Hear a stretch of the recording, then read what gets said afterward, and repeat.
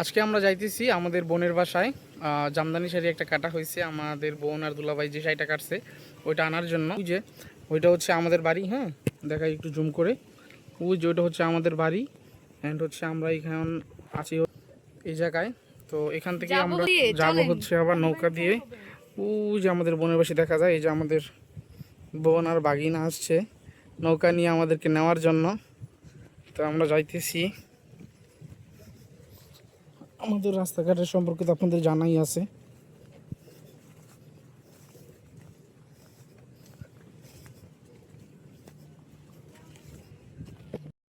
এই যে চলে আসলাম, নৌকায় উঠতেছি এখন। এই যে আমাদের বোন আর বাগিনা আসছে আমাদেরকে নেওয়ার জন্য।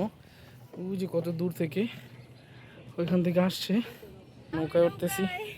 ছোটোবেলা আসলে নৌকায় অনেক উঠছি, বাট বড় মানে কিছুদিন যাবত আমাদের নৌকাটা বন্ধ হয়ে গেছে।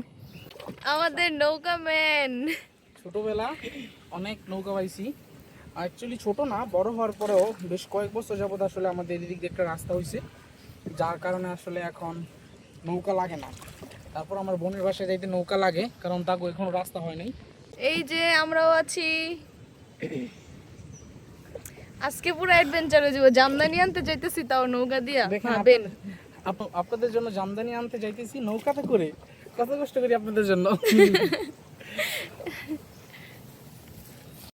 আমরা কিন্তু একটা বাধার সম্মুখীন হয়েছি। এই যে সামনে খাল, এর মধ্যে হচ্ছে রাস্তা নাই, এখানে কচুডি আর হচ্ছে হেসিয়ে মানে ঘাসে একদম ব্লক হয়ে রয়েছে। এই জায়গাটা আমাদের যাইতে একটু কষ্ট হইব। তো দেখতে পাইতেছেন আমাদের লগিটা আবার ছোড়ো মামা টানা। সুন্দর সুন্দর ভিডিও কর। ওই যে আমরা কিন্তু চলে আসছি, ওইটাই আপুদের বাসা। আর একটু এখনই হচ্ছে আপনাদের সুন্দর একটা শাড়ি কেটে দেখাবো, তার থেকে মাত্র রেডি হয়েছে আপু আমাদের কল করলো যে আসো, শাড়িটা কিন্তু হয়ে গেছে। তো আমরা এখন এই নৌকাতে চড়ে চলে যাচ্ছি শাড়ি আনার জন্য। এই যে আর মাত্র কিছুক্ষণ। আমরা কিন্তু চলেই আসলাম।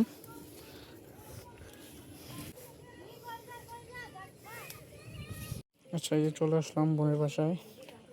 দেখতে পাচ্ছেন এই ঘরে একটা তাঁত, হচ্ছে এটা হচ্ছে আমাদের বোনেদের তাঁত। এই শাড়িটা কিন্তু কাটার জন্য আসছি, শাড়িটা হয়ে গেছে, শাড়িটা নেওয়ার জন্য আসছি। আচ্ছা দেখেন শাড়িটা কিন্তু হয়ে গেছে, আমার দুল্লা ভাই এখন শাড়িটা কাটবো। দেখতে পাচ্ছেন এই যে আমার ভাই কিন্তু শাড়িটা কাটতেছে।